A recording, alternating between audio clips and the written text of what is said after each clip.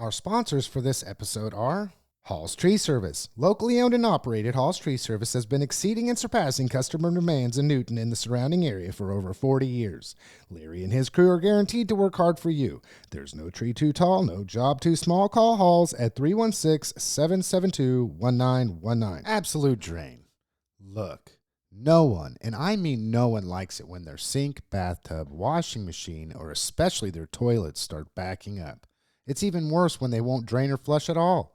No matter who you are, it happens to us all. If this is happening to you, then you need to give Garth with Absolute Drain a call. Absolute Drain is located at 420 West Broadway in Newton and has been faithfully serving Newton and surrounding areas for longer than I can even remember. I personally use Absolute Drain, and they have kept my pipes cleaned out and flowing day one. It might just be time for you to give them a call too at 316-283-7264. The Newton Kansan is Newton's longest-running local newspaper covering all the stories, people, places, and things happening in our community.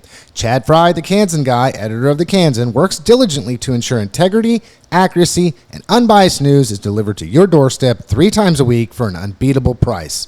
You can also sign up for online-only access for around $7 a month. That's 12 online papers a month for only $7. If you've not subscribed, it's time you do. Visit them in their office at 517 North Main Street. That's 517 North Main Street in Newton. Online at thekansan.com. That's thekansan.com. Or give them a call at 316-283-1500. That's 316-283-1500. Support local journalism, support the Kansan. Well, hello, everybody, and welcome to this HCTalk podcast. As always, I'm your host, Lance Gormley, and my two brothers from other mothers, if I would say that grammatically correct, are Andy Ortiz, local entrepreneur and businessman, and Chad Fry, the Kansan guy, who is always bringing the news straight down the pipe for everybody here locally. Can we talk about the conversation we just had? Do we want to have that conversation? Chad, do we want to have that conversation? Okay. No, not okay. All right. Not in public. That was a conversation just among friends. Roger that. Sorry. That'll make its way to the bloopers. Let's just say that. If you're interested in what we were talking about, maybe one of these days we'll just release a few clips of the conversations that happened before we go on, I guess. Yeah, but not that one. That one needs to stay buried. Completely. Not even little pieces that no, give hints? It's got to stay buried. Oh, man. Well, anyway, how was your guys' week? We haven't seen Andy in a couple weeks. Go, Andy. Busy man. It's been great.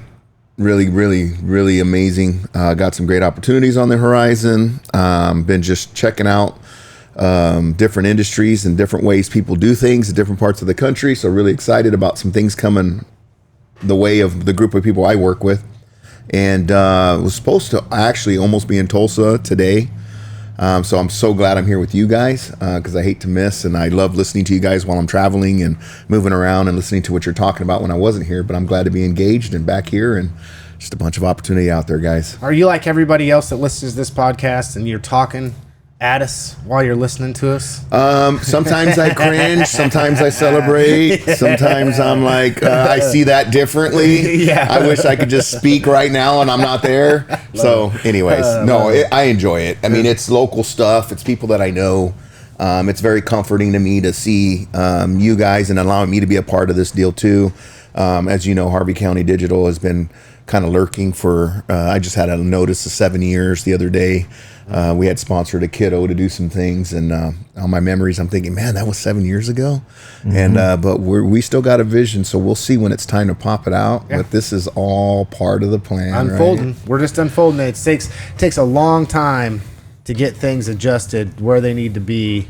And you also have to allow for grace just for people to get better. You know, like I was speaking of what you're saying, and I'll hand it over to Chad to ask him. And, generally speaking, people that listen to the podcast say, well, you always ask those guys how they're doing, but you never say how you're doing, right? And I thought, whatever the case may be. But in this situation, similar, I got a blip that said that we'd been doing, it was late February, would have been the first time we released any podcast 3 years ago. And I went back through and I was just looking at, well, where we were then versus where we are now, and there's a huge improvement that's happened. I mean, I just got to say that, just quality, just how this is all just organically unfolded over time, and I got to pat myself on the back, and I say this to the audience, right? like working out or doing anything in your life, it's okay to fall forward. It is okay to fall forward. It's okay to go out there and do your best right where you're at. And then you're not going to see the improvement a month, 6 months necessarily. You're going to see little improvements. But then when you look back over 3 years or 5 years or 10 years, that's when you can say, you know what? I need to give myself a pat on the back, because this was not easy. This was hard. And this goes for anything in your life, folks. If you make a decision to do something different or to change something or to strike out and try something new, or maybe even try to pick up something that somebody was doing and improve on it, you have got to stop at some point in time and look back and show yourself so that way you can see and internalize the improvements that you've made. And it's okay to do that. It's okay to say, man, I've come a long way and I'm proud of myself. I'm proud of who I've become. I'm proud of how I've changed. Chad, how was your week? Just got made. You just got made. I was gonna say, yeah, that Mennonite Mafia boy. Yeah. Nope, just got made. My week just got made. Because I get to, at this moment, say congratulations to Rosalind in the Philippines. I know you'll never see this, but my congratulations are to you, because I got a notice. It was actually dated for late last night that she has fully repaid the Kiva loan that I gave to her. So my day just got made. My week just got made, right? And if you don't know, Kiva loans, they're micro loans, and you don't have to fund the entirety of a given loan. But for this one, if memory serves, I was sort of the last guy to jump on board and stick her right over the top so that she could. I don't even remember. She could raise capital for her bakery in the Philippines. I didn't even know that existed, Chad. Mm-hmm.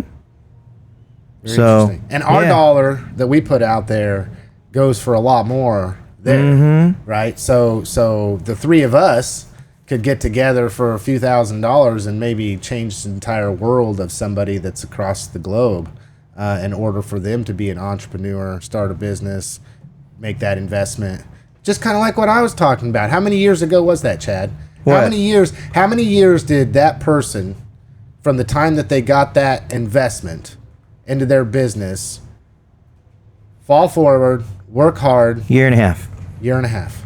So that's a year and a half of commitment and dedication that they had to really, I mean, I hate to use fall forward, because I'm sure that this person had already been an established entity and just needed some equity in order to grow. I don't know. I guess I'm making assumptions that I shouldn't be making, but to say that that's a life changer for that person, I'm sure. It is. And, I complain about money a lot in my personal life because I don't get paid squat. So the loans that I'm making, they're not big at all. They're microloans. And I have loaned money to people in the Philippines, Kenya, Madagascar twice, actually. Kenya twice. Kenya 3 times.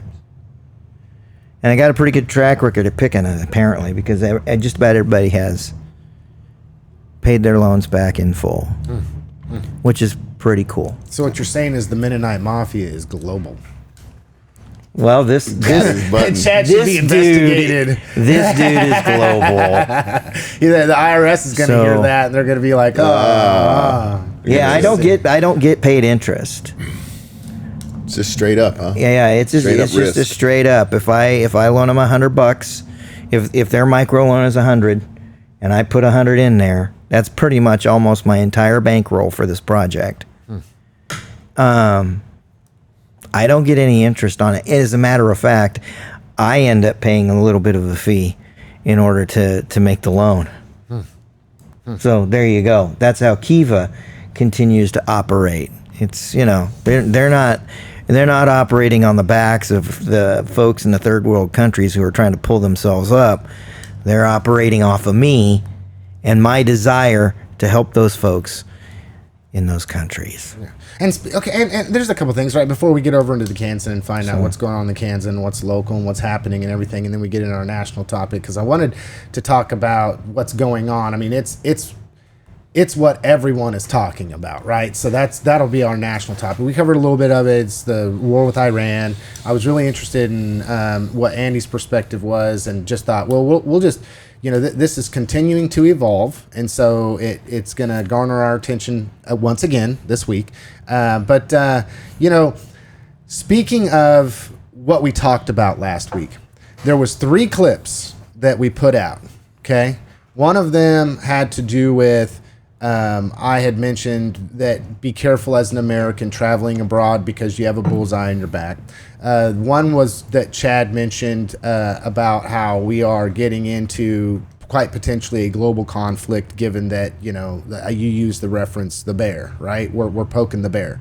And then there was another one similar to those where we were criticizing the current administration and their handling of this situation. All 3 tanked. And if you've noticed, people, that when you're watching social media, there are ways that these content creators are trying to get around algorithms, which will totally deaden your tracks, stop you. How often do you all think that there's an algorithm that's set that if you cross any kind of a line in which the entity or the business or the algorithm then goes against your what they want put out there? It's like a lot of people have been criticizing AIPAC, right? 90% of our elected officials have received money from AIPAC. A lot of people, or a lot of what you're seeing? Well, this is true. This is very true. Okay, so you have to take that in consideration. But with... Because that flips it on its head right there. Well, yeah, right then and there. But with the criticism that's happening, they're getting around it, because if you come straight out and you start criticizing AIPAC, or you start criticizing this current administration, or you start criticizing in any kind of way, and then it deems it, like, let's say it deems it as anti-Semitic, right? There's a big conversation right now that's going on in the airwaves, where if you criticize the actions of the Israeli government, that somehow or another that means you're anti-Semitic. But that doesn't mean you're anti-Jewish. It just means you're anti what policies are currently coming out of Israel and how they're handling themselves on the global stage. So the question then becomes, how often do you guys think that algorithms are tanked versus not, based upon whether or not there's a code written into the back end of that to prevent that from coming forward? How often are the algorithms burying content? Mm-hmm. Is that what you're asking? More or less, yeah. I think a lot. Check out the Professor of Rock. He's about to lose his channel completely, and nobody knows why. Well, I think people know. He's getting buried by the algorithms. Let's just talk about YouTube, which is a place that this podcast doesn't get a lot. There's other places we get a ton, right? Like I've seen us at 9,000 views in some areas, right? Mm-hmm. But then I've seen us at, 100 views. Sometimes zero on views. YouTube, depending on what the podcast was about and the trigger words that we know we say, right? All the time. We don't worry about that here because the people that watch us are the same 60 people on YouTube that watch us almost weekly, right? And they know where to find us, and they might not get the ping on that podcast, but then they'll go, oh, they had another one, and they'll go back and watch it, because you've noticed how some of them are trailing. Mm-hmm. So anyways, when they took YouTube and they started hiding the dislikes and the likes, there was a reason for that, because that was triggering to people picking up on that piece of what you're talking about, right? So they just took it off. So if you don't think they're doing that in other ways, and now digging deeper into hiding their mission or whatever the big money's moving, or whatever the lobbyist money is controlling, which is pharma, which is oil, it all comes back to the funding sources, right? So of course that's happening. I think most people know that now, but it is playing off of your rage in what part of those industries. Imagine a pie getting cut up, Every one of those industries has money and interest. And it's going to find out what part of the pie you are interested in. And it's going to put you in that category. And it's going to use and abuse you to make you keep coming back. And it plays off of your worst emotions, just like it does a young teenage girl that's not aware of what's going on in the world. But she gets sucked up by Instagram, and she gets depressed, and she gets anxious. It's doing the same thing to adults. Yeah. It's just at a deeper level. Yeah. And, and something else that I find interesting is just what I thought about was, on like we have different platforms. We use Facebook, Instagram, YouTube, and then TikTok, generally speaking. And then we're on Threads. But Threads is an extension of Facebook, so Meta. So Meta basically is Facebook, Instagram, and Threads. And then, of course, TikTok is kind of its own standalone thing. And then you have YouTube, which, for those that don't know, is Google. Basically a sister company of Google. Okay. So with that being said, we'll put the same clip out on each one of those different platforms. And it's interesting to see how, well, over here, like I had just mentioned on YouTube, doing a short, gets 15 views. But over on TikTok, it gets 1,000 views. So it's almost as though, right, where I know, okay, this is not performing well over here, so I'm going to go over to another platform and I'm going to look at how it's performing on another platform, and it's almost night and day difference. The ones that perform really, really well on YouTube, right, don't perform very well on TikTok, but the ones on TikTok that perform really, really well is the opposite. And I was listening to the news today, and I guess currently there's a problem with TikTok once again, where if people remember when TikTok went down and they took it off and everything, there was laws that were written because they wanted for it to be... and who was pushing that? The Trump administration. Trump administration. Okay. Correct. So, just making sure that there's no right or wrong behind the scenes here. Right. So this, and it had to do with being a predominantly Chinese-owned company, and so then the propaganda on that was that it was the Chinese Communist Party was using that as because Rile there's 200 million create Americans. Fear, Yes. Right. So then now, because of the way this sell and transfer had and the negotiations that are taking place, I guess Congress is starting to question whether or not they are abiding by what the true intent of the law was. So who controls these algorithms? That's the big question right now. Who controls these algorithms? The Communist Party, China, if that's really what we want to look at it, is controlling those algorithms, because that's the propaganda coming out of the Republican Party in Congress. So to be clear, there's some background here, though, so you don't want to leave this out, because there'd be people that beat us up over this. So just so they know we know, right? There were kids using the platform in America that were being dumbed down intentionally with algorithms. Absolutely. And in China, the same platform was being used to award people who were excelling in science and in math and in different invention pieces.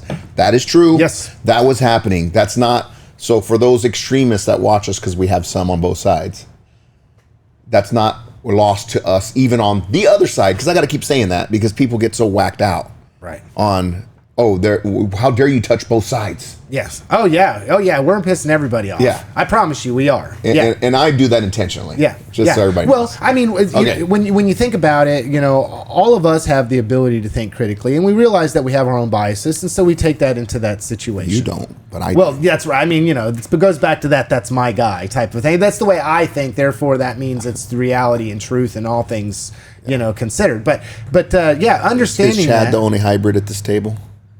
There are people that listen to this podcast that actually say that they disagree with everything Chad says. Of course they do. They disagreed with, of course they do. Of course they do. Well, I mean... Guess what? I don't care.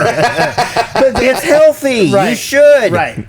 But everything... Not everybody should be thinking like me. I'm just serious. Come on. But for you, and for me too, there's some that think that, and there's some that think, I guarantee you there's some that think that. There's a lot of people that are like, that guy. All I ask of those people who disagree with me... Well, on everything you say.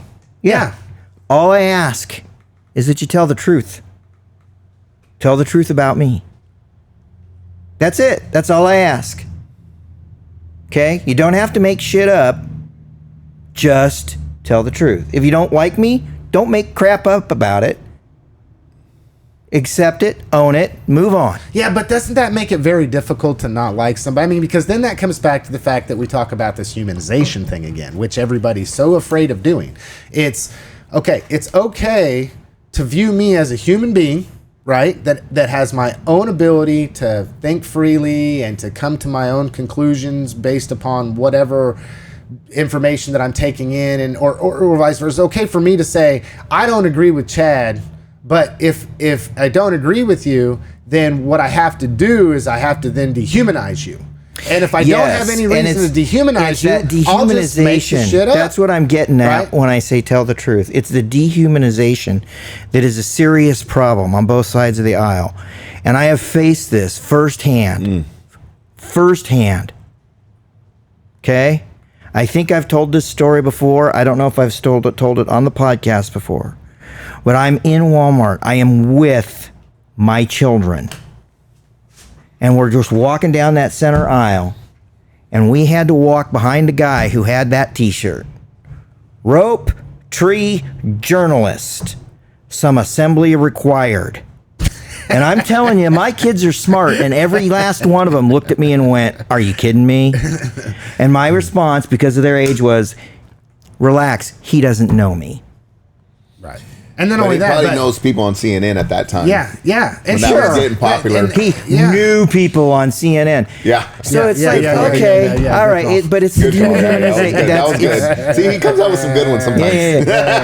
It's that dehumanization. So you don't think like me. Great.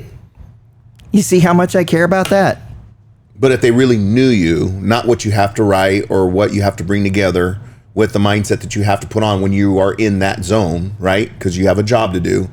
If they really knew you like we know you outside of this little situation, they would probably be surprised. Well, yeah, right? you know. Yeah, I agree. I mean, I agree with that. You bring that up. You know, the hat that you got to wear and the brain that you got to be in.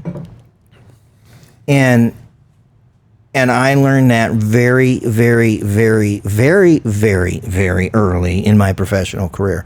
Within about 2.5 months, call comes in over the scanner. Washington County Sheriff is responding to an accident, the intersection of Main and Highway 22, Wellman, Iowa. One car, brown Oldsmobile. Boss says, go. I go. I take pictures. I'm taking pictures. I'm not giving any thought to anything other than getting my job done, taking pictures. And then they pulled my grandmother out of the car. I now have 2 sets of responsibilities. Okay? And because of all the stupid laws we have, I couldn't ask anybody. As a journalist, I could not ask anybody how my grandma was. They couldn't tell me. As a grandson, I can ask. And then they have a duty to ask her, is it okay to tell him? All right? And of course she said yes. She was very scared. And all she really wanted was, she was like, my grandson is here. Can he come hold my hand? I mean, seriously, folks. I mean, that's the crap that you end up walking into. And, you know, I wrote a really big, long editorial about the anniversary of the XL shooting. And during that, I wrote about how different those situations are for guys like me and even for the people at Channel 12. They're different. And I am forced to compartmentalize, and I'm forced to put this hat on. This is the hat. Right now, I'm not necessarily wearing my journalist hat. I'm wearing my cranky Newton resident hat. Right? Yeah. Mennonite Mafia hat. Yeah, my Mennonite Mafia hat. But I digress. So, I mean, where this all started is that there's people who hate everything that comes out of my mouth. And the same thing can be said of every one of us at this table. Yeah. Well, and I got to say, before I turn it over to you to do your journalism job, where you're talking about what's going on in the Kansan, it is interesting because that person does not think, I'm sure, that all journalists should be hung. But only journalists that write stuff that they don't like. On the other hand, it's just the truth, right? So they're just doing the truth, right? It goes back to this Fox News versus CNN argument and debate. Everything that's going on CNN is a bunch of propaganda, but not Fox News. Do you know not Fox News? Do you know what the worst thing all of those networks has done in the last 20 years is? Man, diminish what you do. I mean, they put you in the category of them. You're the local sense. You know how they did it. Yeah, that's a big question. That's a big question. And why are they doing it? Let's go to how first. Okay. How, what, why, right? This is the deal. You know, I don't know the why, other than to make money. They're businesses like the rest of us. And when the whys control the populace, but let's go ahead and start that in another. Well, the majority. Don't disagree. 80% of us are killing each other online. Why? Because they're controlling us. Yep, and they're doing that to make money. And we're getting depressed and anxious and hating each other. And angry society, very angry society. I believe that. You know, the stuff you see in the evenings, all of the opinion stuff. You know, you can trace the roots back. You know, and if you only want to go to the 80s, we're going to go to Rush Limbaugh. Okay, and he tried to cross over to television. And he did what we're doing. Okay? He did what we're doing. He was sitting there with a microphone like this in front and headphones on and had the camera that was coming in. And you knew when you watched that you were watching something that wasn't television news. But, and every one of the networks did it. They flipped a switch. And they are making that stuff look like your average newscast. You've got for lack of better words, you've got an anchor that's sitting there with their notes, spewing all their crap. And visually, it looks a heck of a lot like a traditional newscast. Well, and then you take the age demographic that generally speaking this is where I look at people who are consumers, right? And I'm going, dude, I'm sorry. But guess what? With me, you don't got to worry about that. Because right now, visually, looks a heck of a lot different than when I'm writing. We got vastly different formats. Yeah. So when you're picking up my stuff at thekansan.com, that's news. You know it's news. When you're tuning in here, you know you're going to get some opinion. Yeah, because basically that's what I mean. That's what we are, right? We're all giving our opinions based upon. I thought it was funny. Here I got another one for you. Okay. I gotta say this. I gotta send a shout out to an avid listener, you know. And I don't know who you are behind the call name or whatever the case may be, but I do read the comments, right? And the last one, and I'm not laughing at you, okay? It's like we can chuckle together, okay? But it was that the description is, you know, that's HCTalk, so we're talking. That's what we're doing. We're talking. And then their response is you should rename the program Your Opinion, because you're not talking. You're having an opinion. And we're talking. Yeah, we're talking. That's all we're doing. Okay, Chad, what is in the Kansan? Oh, boy. So what do I want to talk about the most, I guess, is the question, right? Start the disaster of, because I said this last week, with the disaster. I believe this, okay? I know they're trying to. Let's just think about that. I know I'm making people mad here. I got it, okay, and you know, it is what it is, but I understand that because of the courthouse remodel, they've got to do something. Okay. Well, that's a big one. But I still think if you thought down the road a little bit, and I don't know who's in favor and I don't know who's against, okay, at this point in time. But when I think about the logistics, just the logistics of moving court, because that's what I understand it's going to be, the judges, the clerks, probation, whatever it is that's up there on the second floor. If you move all that to Walton School, okay, the old Walton School, that is going to be a 100% cluster.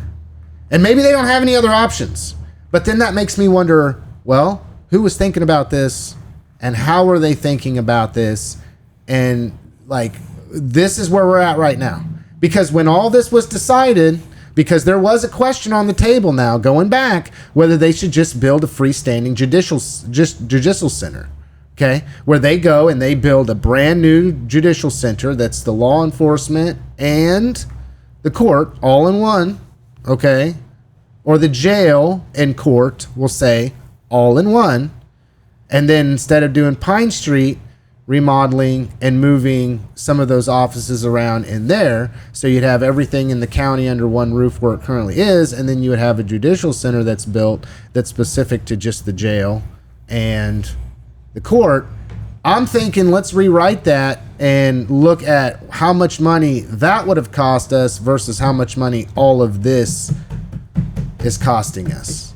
And I think, like I said, I'll go back to it and I'll hand it over to you guys. I can give you an answer on that one. Logistical disaster. It might be a logistical disaster for 2 or 3 years. Right.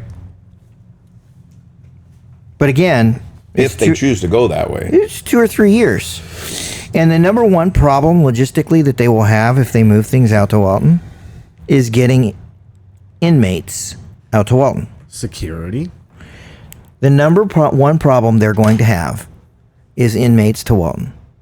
That is the number one problem. Let's say this. Have they talked about court services? Because now you're taking and all of these people that are on probation or need to have court services now have to figure out, and people could say, hey, that's their problem. Now have to figure out, well, how do I get to Walton? Well, I'm not going to have a lot of sympathy on that argument, and I'm going to tell you why. Because we have two different systems that deal with that stuff. The probations and supervisions. We have court services, which is on the second floor of the courthouse. We have community corrections, which is over on East 6th Street. You'd be amazed how many people do not know the difference.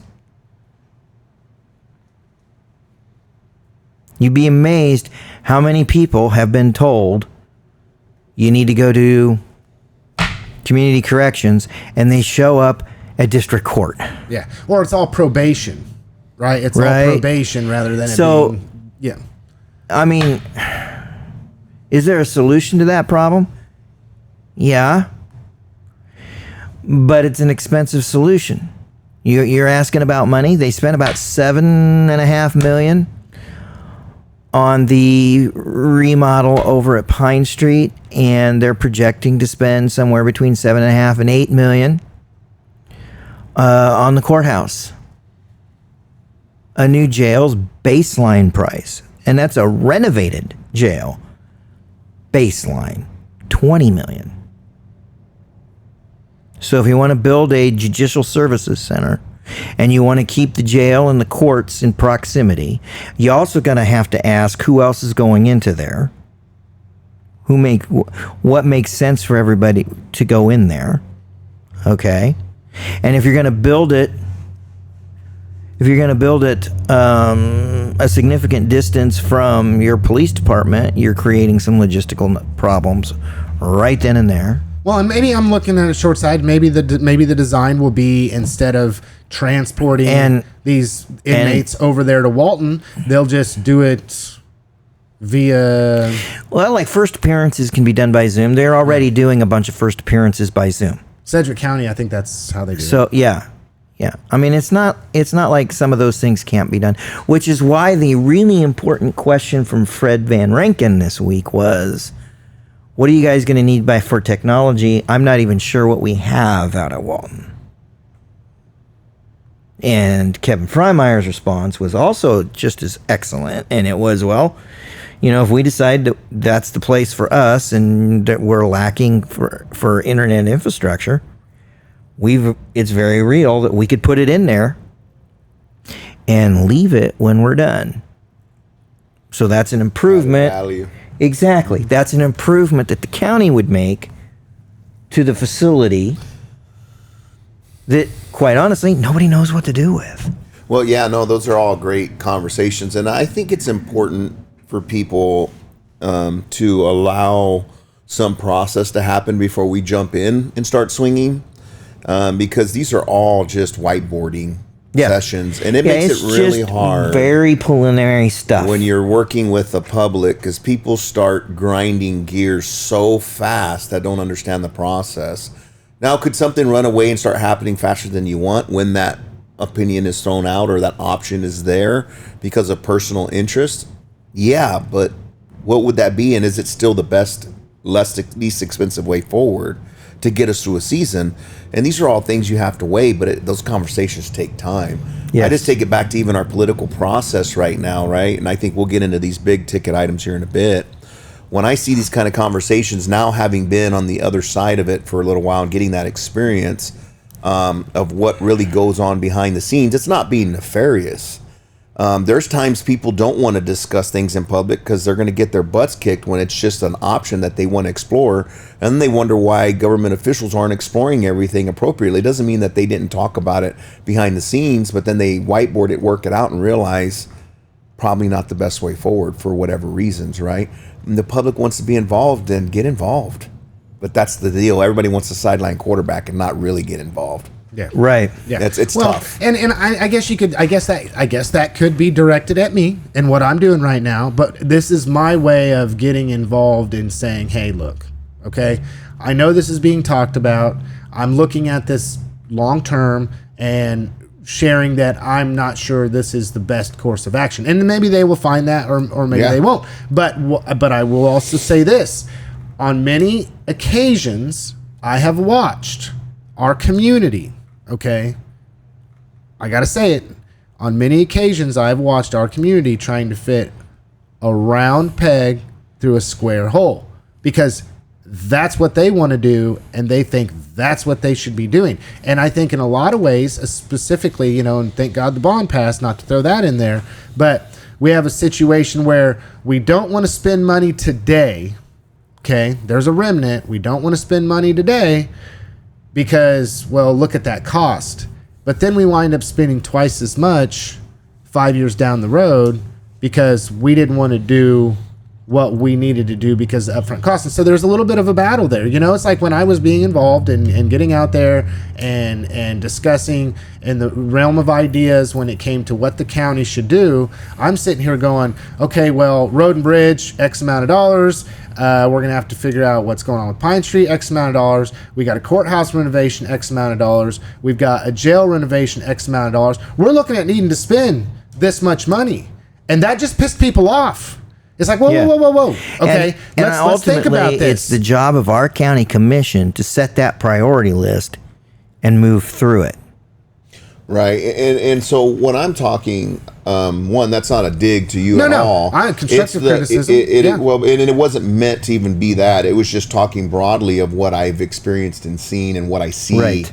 And it's good to talk about these things. It's just talk about it with an open mind. And this is for the broader public, knowing that it's their responsibility to kick tires on things. I remember an example would be that I was actually a part of when they were looking at Santa Fe. And we had some issues where literally walls were falling down.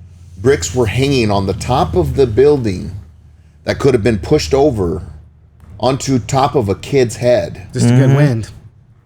Literally, Fred Van Rankin, our superintendent, got up on the roof with some construction people, and one of them goes, look, and he picked a brick up from the edge of the building.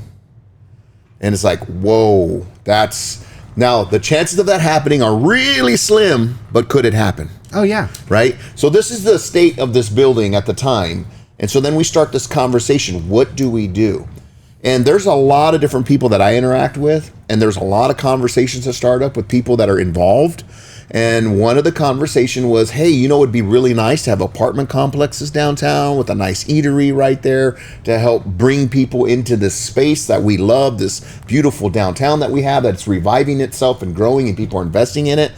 And that was a conversation that happened. People went and looked at a building. I was not part of an investor group. I'm around these guys, you know, private equity people and stuff all the time. It's my life. I love those conversations. You go kick the tires and you explore that on top of 20 other conversations, but that's the one certain people chose to pick up on. This is my experience and my truth. Next thing you know, I'm in part of an investor group that's trying to skew and take Santa Fe over so I can be involved with building a restaurant and a brewery and some beer because of whatever conversation the people that hit. And it ended up coming back to a political group that I was actually thought I was close to at the time, where people were just lying about me, but they wouldn't tell me where the lie came from. But you have to deal with that.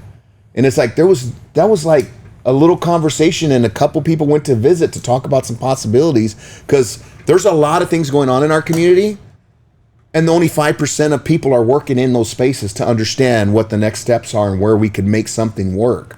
Whether it's there, whether it's the depot area, whether it's a new place we haven't even thought of yet, right?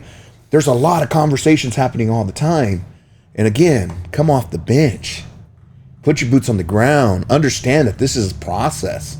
Without those conversations, nothing happens. Right.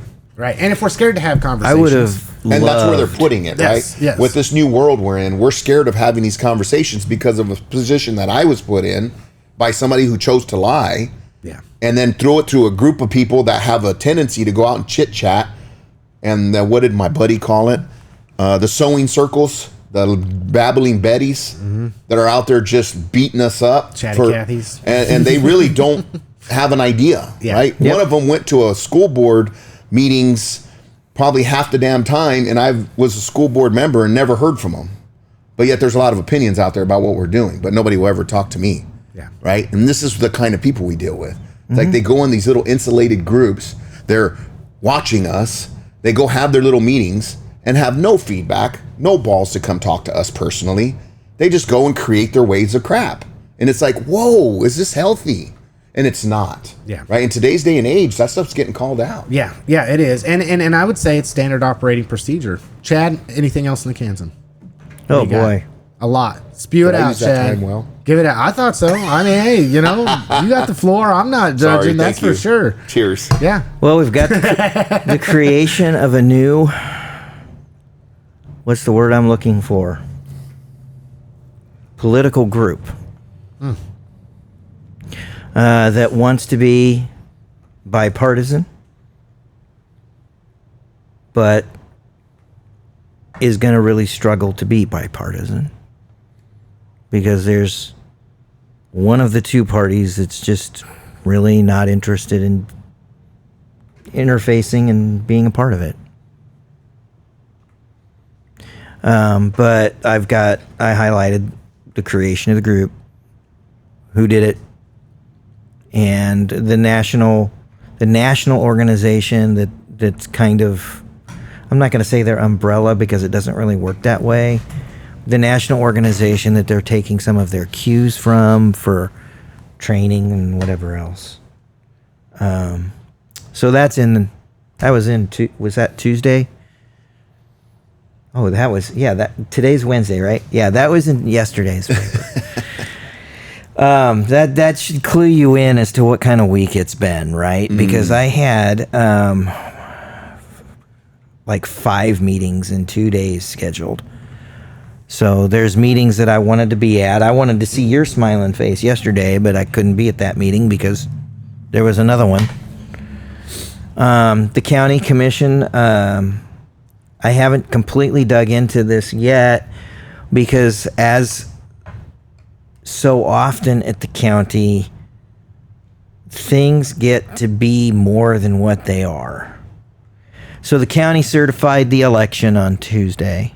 There were some other discussions about election and election security and some other things that occurred during that certification process that I want to go back and review and dig into. So I don't know if that's going to lead to a story or not, but just know I'm going to go back and review and dig into it and see what happens, right? Because, one of those hats that I wear, even though people don't think I do, is that I always want to be fair. Yeah. Well, I watched a little bit about what you're talking about. I didn't catch the whole meeting, but I did watch that because I always, I'm interested in elections and stuff. There was a time in which I was blessed, and I say blessed because it didn't have to happen, but it did, when I was earning my bachelor's degree, where I was able to go in and do an internship with Rick Pifo, who's the Harvey County clerk and elections official. And, it was very eye-opening because there are more statutes, if I'm not mistaken, that apply to the Harvey County or the county clerk and elections official than any other statutes. So the state legislature has mapped out very meticulously, and then that has been compounded by lawsuits where then judges have come in and outlined very meticulously who can and can't vote, when they can and can't vote, what votes that you... So basically it's like, it's for lack of a better word, folks, I'm going to say the Bible of elections. Well, and it's really great that you bring that up. And so then I asked the question, okay, and I know it's going to fall on deaf ears, but it seems like we keep going around the same conversation over and over and over again. And it seems as though we don't have this conversation when an election turns out in the favor of certain people versus when it doesn't go the way that they want it to go. Now all of a sudden we want to have all these questions. And all you have to do, it's very simple. All you have to do is go set a meeting with Rick, probably an hour, have lunch, whatever the case may be, and ask your questions. He can answer them. He can point you where you need to go to back that up, and then you have your answers. Instead, we go in here without having any knowledge, or the knowledge that we do have, we don't accept. We just won't accept it. Okay, we think it should be different, therefore it should be different.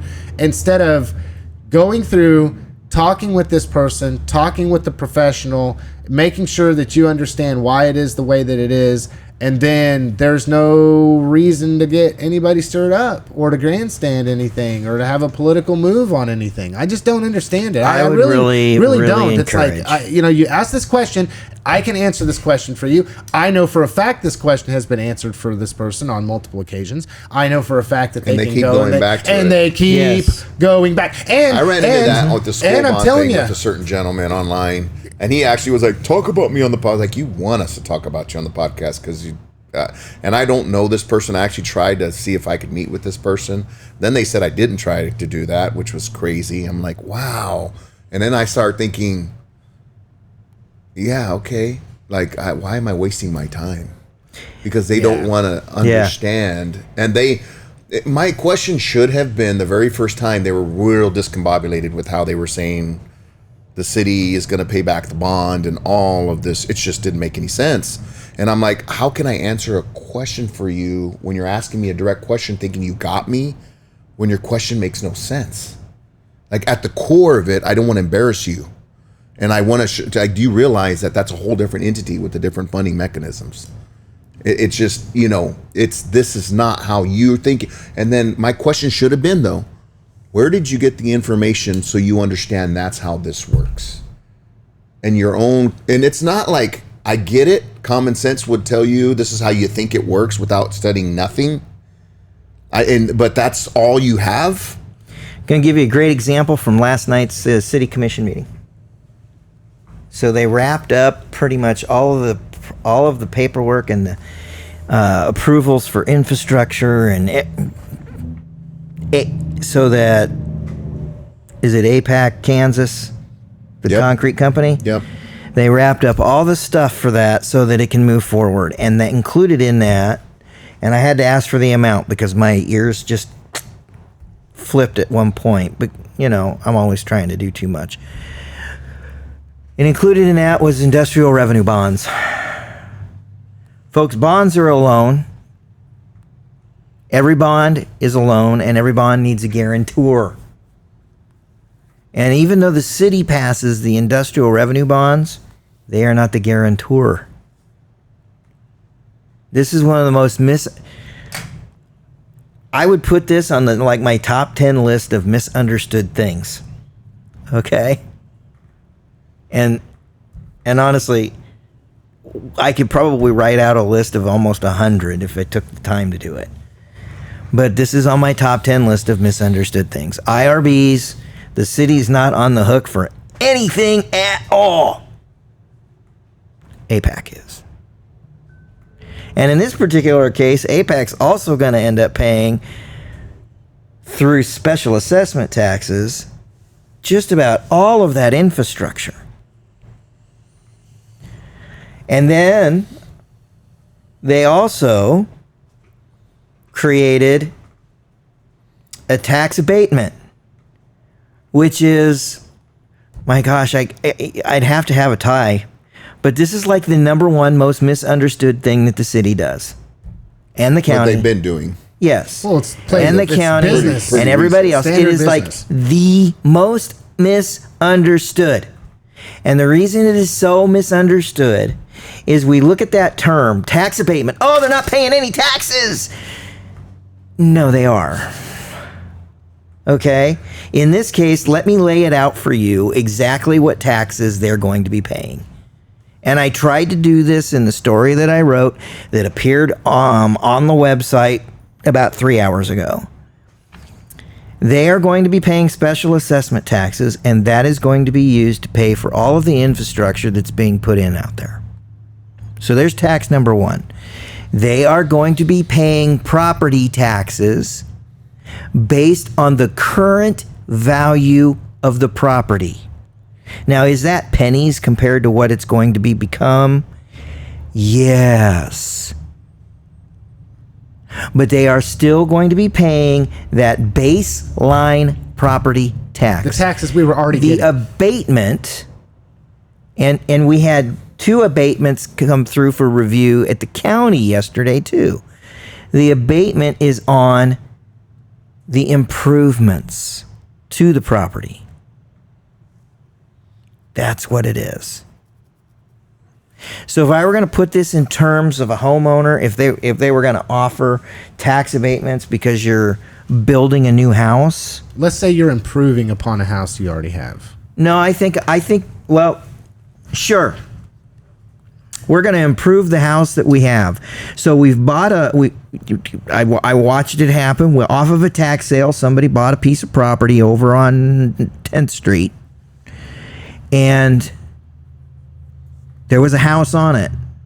And that house has an assessed value. And the property itself has an assessed value. And if there was an abatement program for you to improve or build a new house, you will pay the property taxes on what was there when you bought it. Let's say it was valued at $60,000. Sure. You're going to pay the $60,000. Sure. You're going to pay a $60,000. That's what they're going to use to calculate your tax bill. And in 10 years, so you've torn that house down. Let's say you tear that house down, okay? But when the project began, you had a $60,000 rate, $60,000 evaluation. So you tear that house down and you buy and you build something that's a heck of a lot nicer. And now your property, your house, when they do the appraisal, is at 140. You're not paying based on the 140. You're paying based on the 60 until a specific time. So what is it the county, city, and school board isn't getting? They are not getting that. Taxes on that $80,000 of improvement. You know, we can do this. How much are we getting on that now? Oh, what? On the $80,000 of improvement? Zero. Oh. We're not getting that now. That's interesting. Correct. We're not losing any money by doing an abatement. Now. Right. I mean, we're really not. What we're doing is we're setting a taxes. All we're doing with the tax abatement is setting a status quo. We're losing mentality. I don't. And then you know what? And I'll say this. Here's a pet peeve of mine. Okay, I'm somebody that. Does that make sense? I'm somebody that really appreciates education. Okay, I believe in education. I don't think education always has to be formal, right? It's like I don't have to go to a school to learn how to build a deck. I use a building a deck analogy, right? I just have to sit here and go, hey, who do I know that can build a deck? Andy knows how to build a deck. Chad knows how to build a fence. So I'm going to go to Andy and I'm going to say, Andy, I really don't know how to build this deck. Can you please help me? So then when you come over, I'm going to shut up. I'm going to learn. I'm going to educate. I'm going to get educated by knowledge that you have to show me. Therefore, I can be educated. It could be changing a tire. It could be sharpening blades on a mower. It doesn't have to be this traditional thing. But in our situation, how many times have we had Rod cry? Okay, and love the guy or hate the guy? Think this, that, or the other about him. Choose to not agree with what direction he's chosen to go when he was a city commissioner, or whatever the case may be. But no one can take away from the fact that the man has a life of service and understanding how economic development works. Okay, we've had him on the program. He did a video recently with Harvey County Digital. Okay, and he explained an attempt to educate. Okay, an attempt to educate on all his own time and dollar and everything. Yeah, just an attempt to educate. Okay, I wonder how many people actually took the time to consume that information and say, you know what he is saying is factually accurate. It's okay for me not to agree with the choices or the hypothesis or the conclusion or the strategy, but there's like 90% facts in here and about 10% of strategy. But it goes back to this. How many times has somebody, it's like you don't go to the professor and tell the professor you know more than the professor. You choose to learn. I don't agree with every professor that had any kind of a conclusion on a certain matter, but I would take and I would say, this person has the degree, this person has the knowledge, this person has the education, and I want to be more education. So there's some humility that has to happen here. And people will not even, it's like this thing that I hear a lot of people say, and I'm going on a rant here, okay? Yes, there are a lot of degrees that people get that, in my opinion, are absolutely worthless in the end. Okay, they just are. There's some degrees that people just create, I guess. How that leads into a job, I don't know. I don't know. I don't know what you do with this studies, okay, or that studies. All right, I don't know how that turns into a job. But and I think there's a lot of that. But also there's an element of when it comes to education and going to school, there are people that have never stepped foot in a college setting whatsoever at all and think that everybody that takes college courses is a complete idiot. Yeah. Okay. So I don't know. I'm kind of wondering where we're at on time here. I guess I'll just throw it to you guys. Maybe we should shove this off to next week. I don't know, because we got long-winded about stuff, but I'm just going to give you my current take on the Iran situation. Once again, I go back to the fact that there's a lot of confusion here. There's a lot of mixed messaging coming out of the Trump administration. I'm not understanding a lot of what's going on. I coined the phrase last week when we were on the program. You have TDS, Trump Derangement Syndrome, and I'm going to coin the phrase TMS, Trump Messiah Syndrome. I think there's a lot of real confusion. I do still believe that that the administration has not laid out a clear, decisive plan on what it is that they're actually trying to accomplish. Therefore, I don't understand how we can use terms like "we won." What did we win? And I think I think this is going to continue to evolve. And I'm going to say continue to devolve into a worse situation for the Middle East, all concerned. I don't think this is the last of what we've seen. I don't think we've won anything. I think that it's just going to continue to devolve.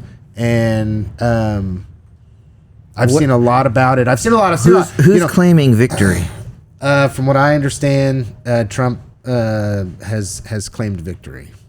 Now, whether that was a synopsis of what he said that somebody wanted to say, he's saying versus what he's actually saying, you can get into the weeds on that. But I will go back to this, and I'll throw it your guys' way to have this conversation too before we wrap up the program. But I'm going to state it again. I'm an America First human being. I am an American First human being, and with the amount of money that we have spent over the last 20 years in the Middle East, the amount of money that we give to other nations such as the state of Israel, the amount of money that we're spending right now in Iran and this war is mind-blowing. It's mind-blowing. And I'm somebody that's going to say I would much rather see us use more funds to focus in on America instead of the war machine that we've created, and we'll go and build other countries, but we're not building our own. Andy? Chad? Yeah, I have a lot of thoughts. I mean, I hate war. And I hate that our people are at war. And I was hoping I would not say that under this administration, but here we are. I don't know. I mean, for me, it all comes down to money and oil. China, 80% of the oil Iran was selling was going to China, right? And then you do the math on all the different things that happen with oil in Venezuela, and then you go on and on. And this kind of, for me, started with the Panama Canal and the move there with the Chinese in the Panama Canal and how they were taking that over and taking control of that port. And we went ahead and took that off the board, right? So there's a lot of those things going on. These are long-term strategies. We are in a Cold War, whether we like it or not. There's a cyber war that's been going on for over 15 years that I know about, and that's real. And we spend a lot of resources and money.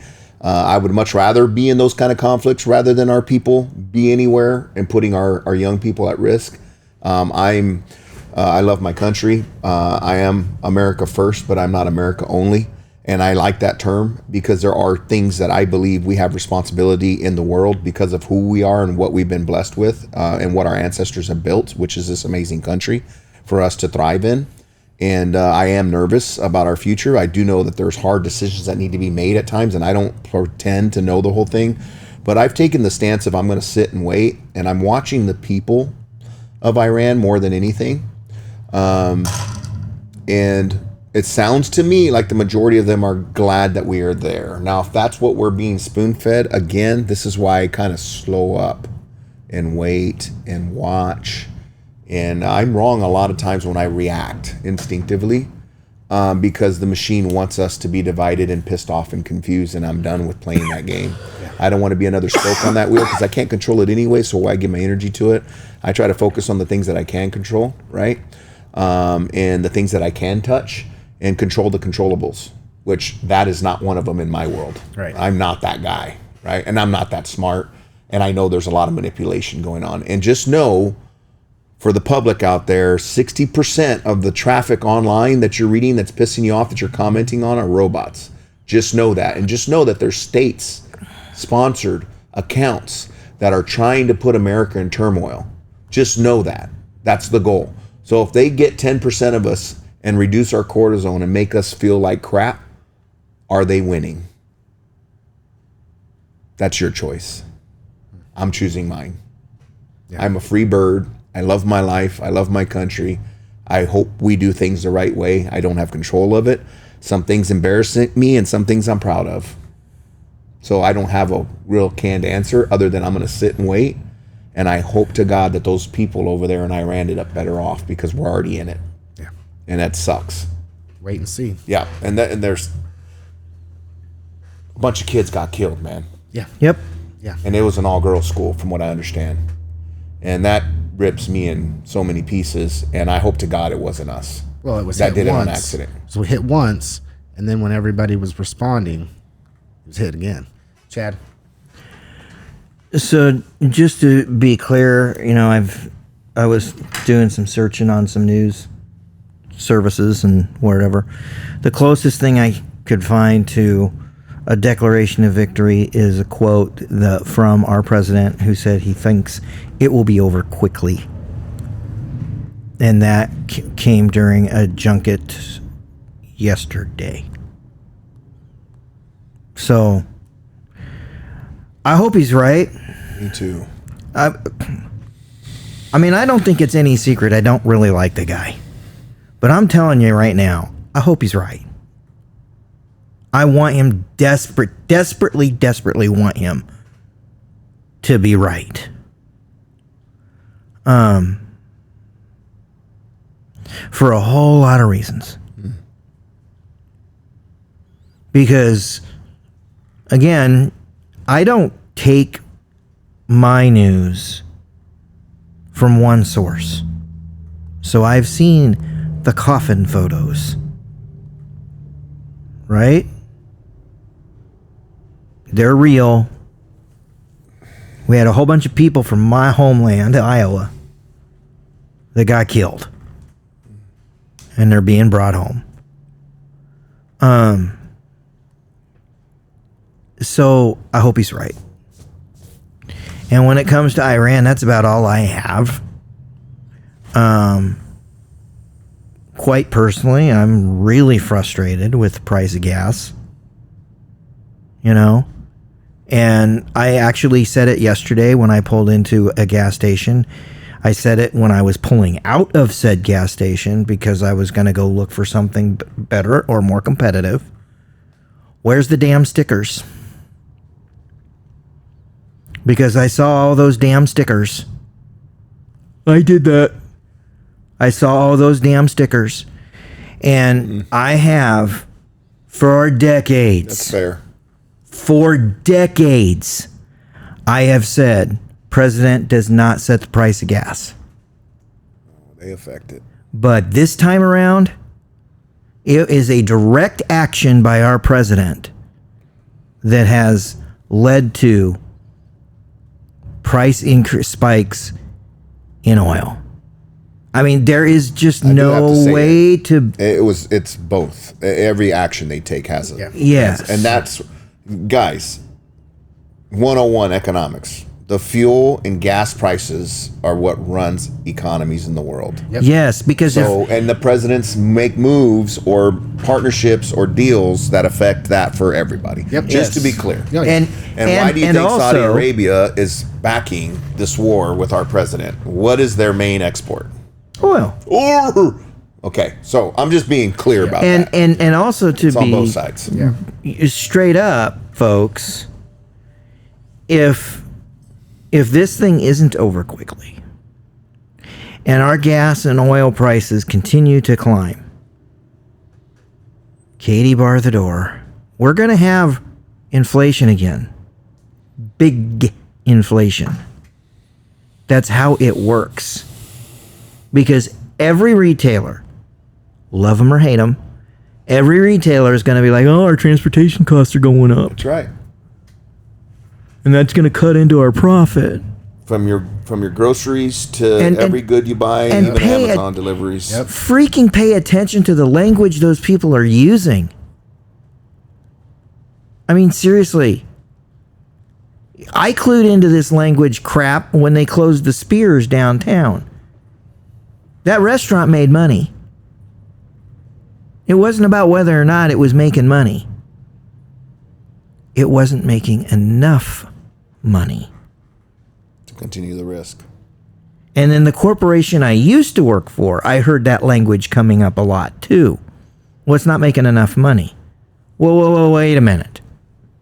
Is it making you money? Yeah, but we're not maintaining the margin we want. So inflation is going to come if we can't get downward pressure on our gas prices. It's all encompassing. So I hope he's right. Yeah. Please be right, Donald. I'm begging you.